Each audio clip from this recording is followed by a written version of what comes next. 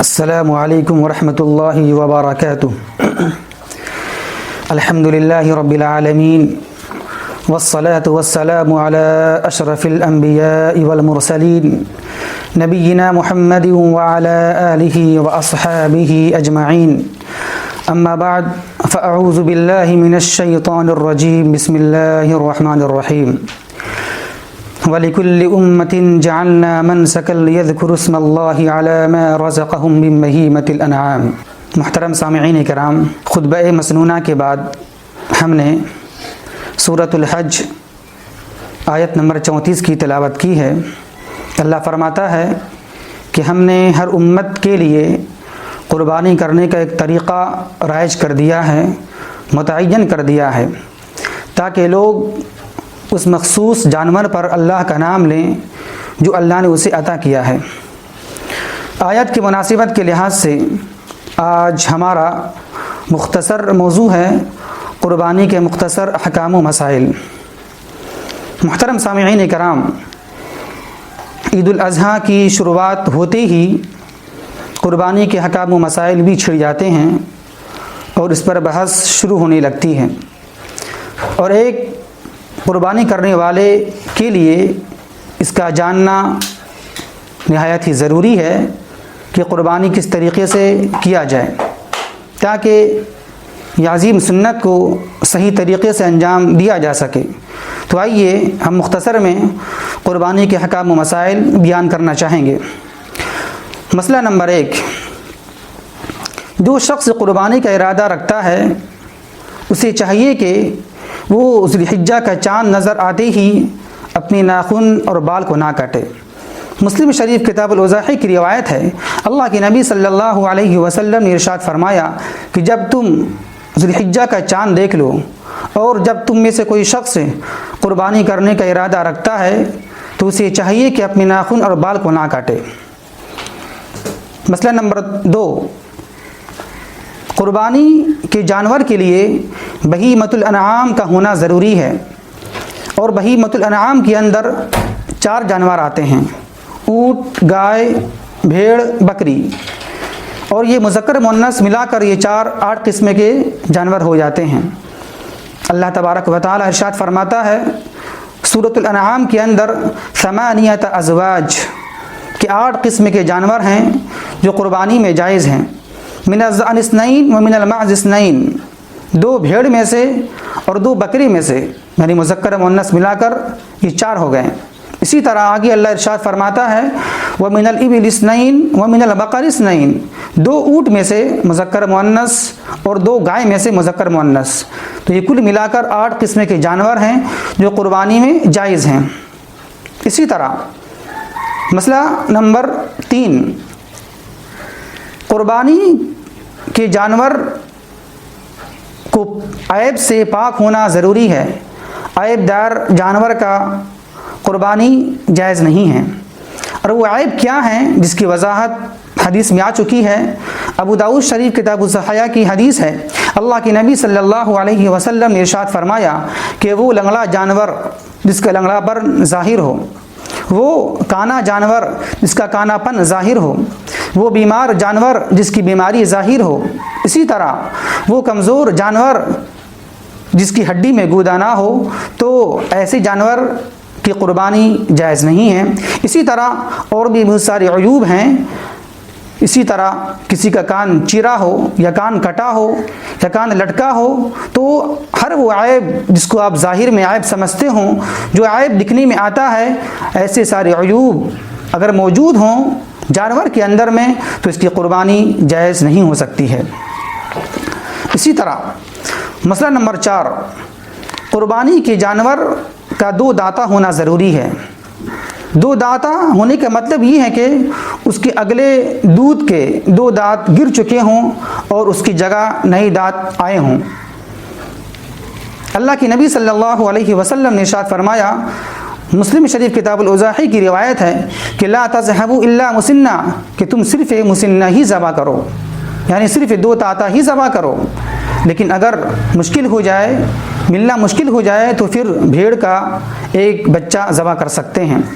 یہاں پر یہ بات یاد رہے کہ قربانی کے جانور کے لیے عمر کی شرط اور قید نہیں ہے، بلکہ قربانی کے جانور کے لیے مسنہ کا ہونا ضروری ہے، مسنہ کا ہونا شرط ہے، یعنی 2 دانت کا ہونا ضروری ہے، اور یہ 2 دانت جب بھی ہو۔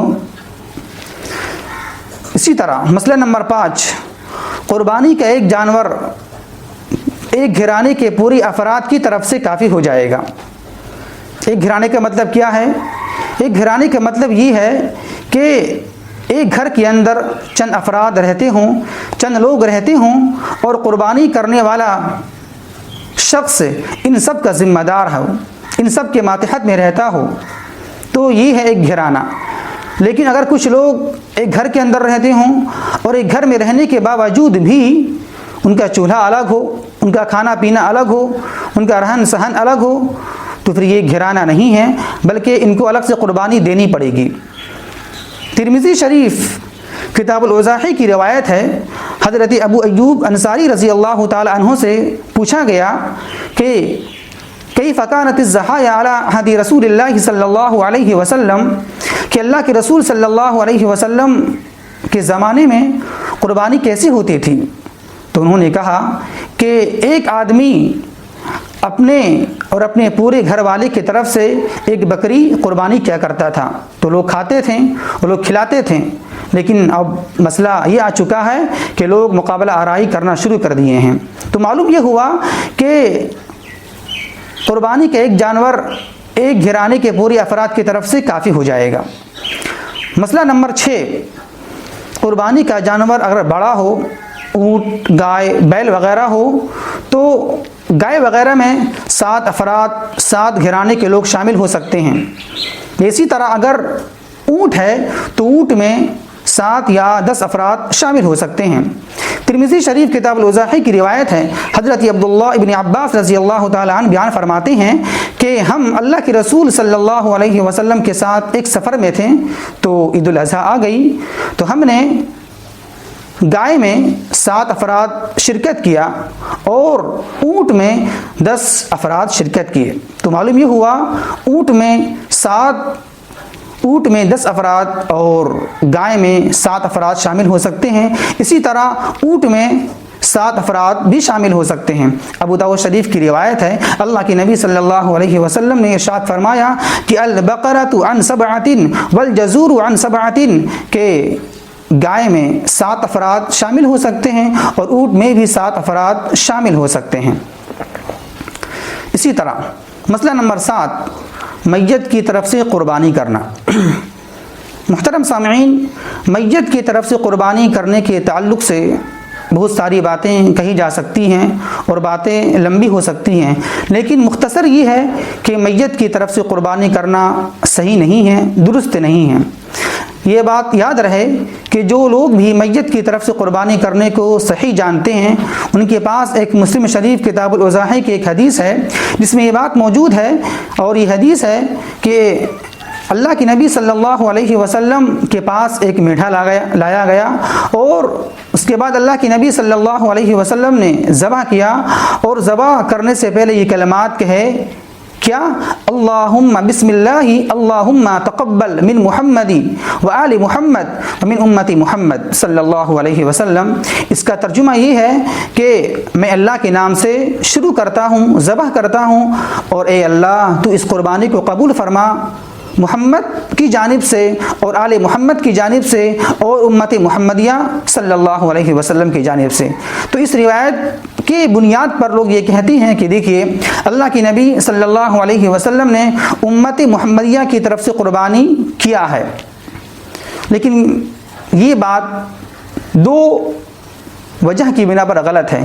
پہلی وجہ یہ ہے کہ جب ایک مسئلے میں 2 حدیث آ جائے، ایک خاص ہو اور ایک عام ہو، تو عام حدیث کو خاص پر محمول کیا جائے گا، اور یہ اصول فقہ کا قاعدہ ہے۔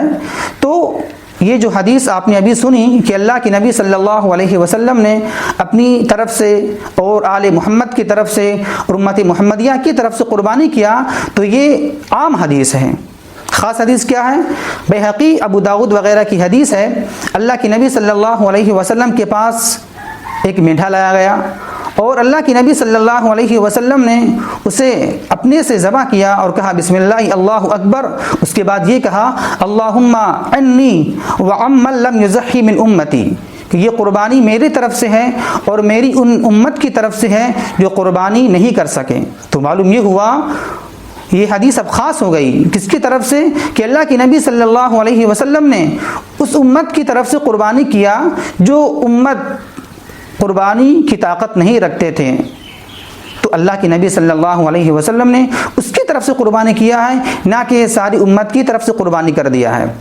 اسی طرح یہ بات جو لوگ یہ کہتی ہیں کہ میت کی طرف سے قربانی کرنا جائز ہے، دوسری بنیاد یہ ہے ان کی غلط ہونے کی کہ اللہ کے نبی صلی اللہ علیہ وسلم کا اپنی ان امت کی طرف سے جو زندہ ہیں قربانی کیا، یہ صرف نبی کے لیے خاص ہے، نبی کی خصوصیت ہے، اس میں کسی اور کے لیے جائز نہیں ہے۔ اس لیے آپ دیکھیں گے کہ کسی صحابی کا کسی صحابی کی طرف سے قربانی کرنا یہ ثابت نہیں ہے۔ تو معلوم یہ ہوا کہ میت کی طرف سے قربانی کرنا یہ صرف اللہ کے نبی صلی اللہ علیہ وسلم کی خصوصیات میں سے ہے۔ اسی طرح مسئلہ نمبر 8، قربانی کے گوشت کی تقسیم کس طرح کی جائے۔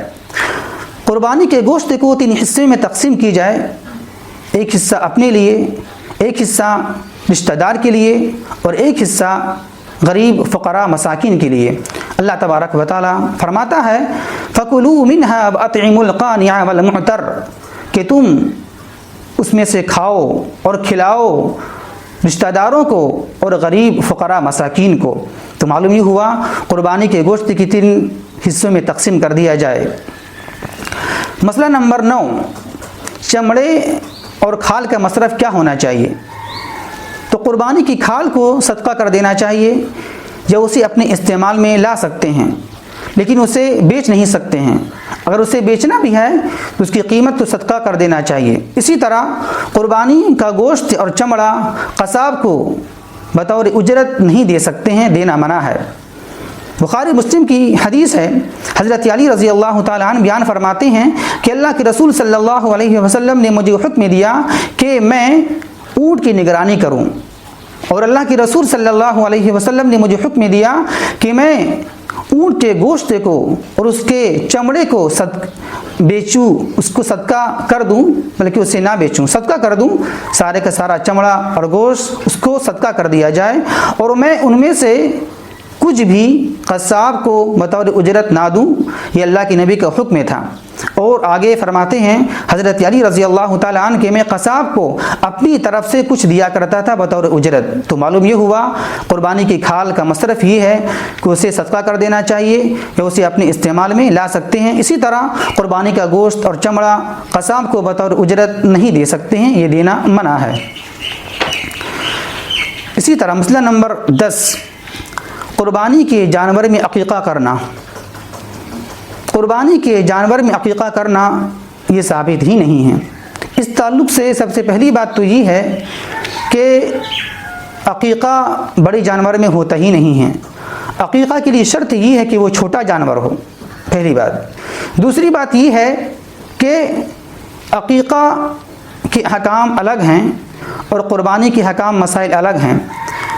عقیقہ کو قربانی پر قیاس کرتے ہوئے اس طرح نہیں کیا جائے گا اور اس کے مسائل کو نہیں لیا جائے گا۔ قربانی کے مسائل الگ ہیں اور عقیقہ کے مسائل احکام الگ ہیں۔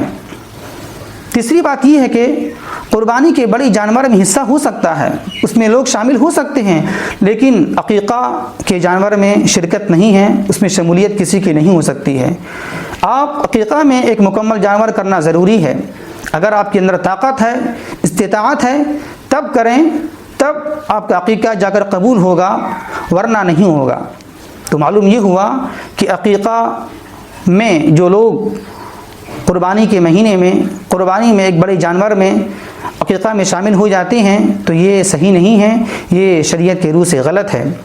تو ہمیں چاہیے کہ ہم اللہ سے دعا کرتے ہیں کہ اللہ تبارک و تعالی ہمیں صحیح سمجھ اور نیک عمل کے توفیق عطا فرمائے، اور جتنے مسائل بیان کیے گئے ہیں اس کو برتنے کے توفیق عطا فرمائے۔ وما توفیق الا باللہ، والسلام علیکم ورحمۃ اللہ وبرکاتہ۔